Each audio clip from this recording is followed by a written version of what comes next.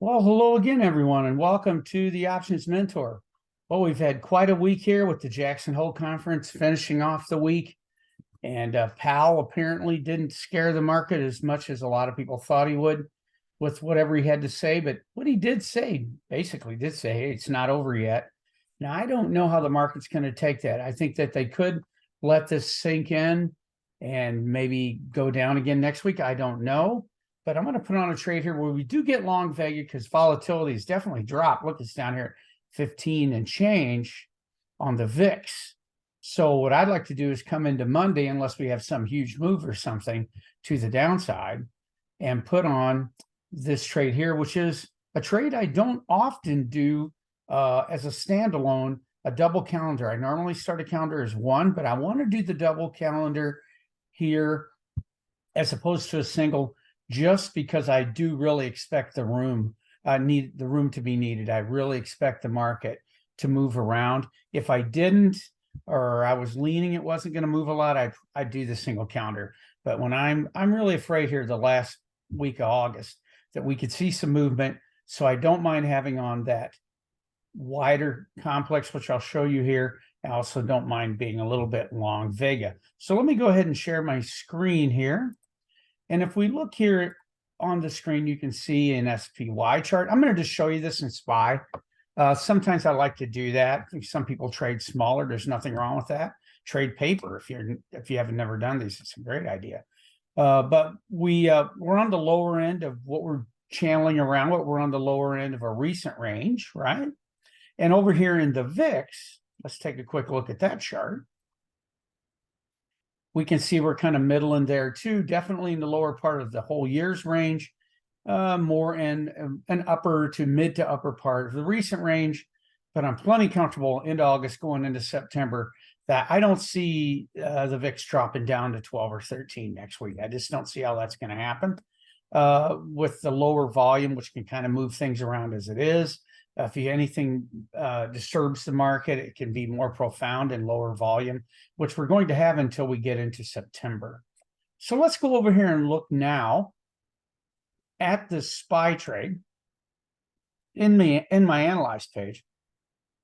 And what I did here on Friday afternoon with the SPY trading right around 440 bucks a share, I went up 4 points and bought a call calendar, down 4 points and bought a put calendar. Now this gives us a pretty good range. By the way, if we look here, by Friday, which I want to be out of this before Friday, but by Friday, the expected range is about $7. So up or down, maybe it'll happen, maybe it won't, maybe it'll be bigger. But this does afford us to be able to move $7. If it got right at 7, you might have to adjust, but by taking off the opposite calendar, but it's really got to move to get there. And I think we have a chance of some ups and some downs. I think this calendar should do well. I think the volatility should stay firm so that maybe even it could help lift us a little bit as we are long Vega here. So basically, whatever I put into this trade, I'm looking to get maybe 15-20% of that since I'm using SPY. Normally, I do a 10% in SPX. In SPY, you can do 10%. That's perfectly fine. But a lot of people don't like it because it's not a whole lot of money. For instance, in this trade, and I just modeled it doing it 5 times each. If you do it 5 times, it's about 160 bucks to buy the put side and about another $150 to buy the call side. So we're talking a little over 300 bucks. So maybe try to get 40 or 50 bucks total out of this if you did 5 contracts.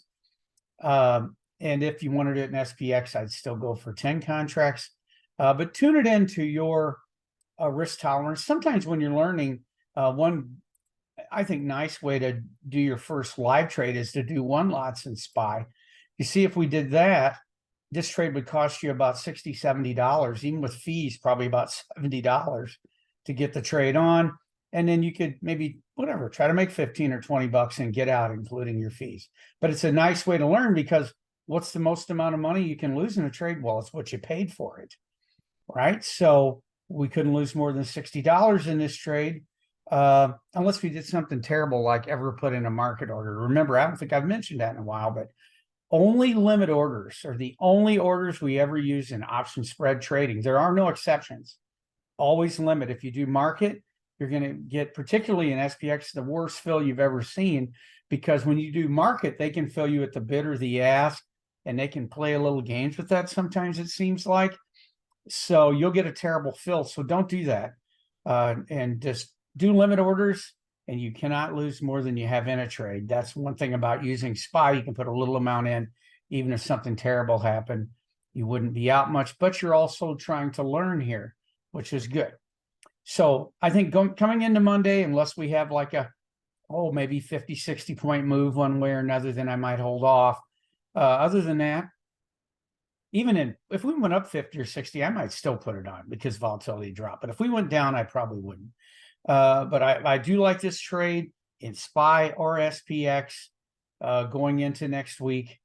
And as always, folks, thanks for subscribing to my channel, liking the videos, asking the questions. I appreciate all your comments. I've gotten some really good ones lately, and I've addressed a lot of them. Most of them, if they're questions, I answer them. And I've also even did last week's back ratio because somebody asked me about showing a trade you could use if you expected big moves. Now, I showed that we didn't really get anything huge this week by a big move. I mean in SPX 80 or 100 points in one direction or another over the next couple of days after you put the back ratio on. And on SPY, that'd be $8 to $10. But anyway, I think doing a double calendar makes sense coming into this last week of August because I expect volatility to stay firm and it may even go higher. But that's what I got for this week, folks. I'll be back with you again next week. Have a good one. Have a great weekend. Bye-bye.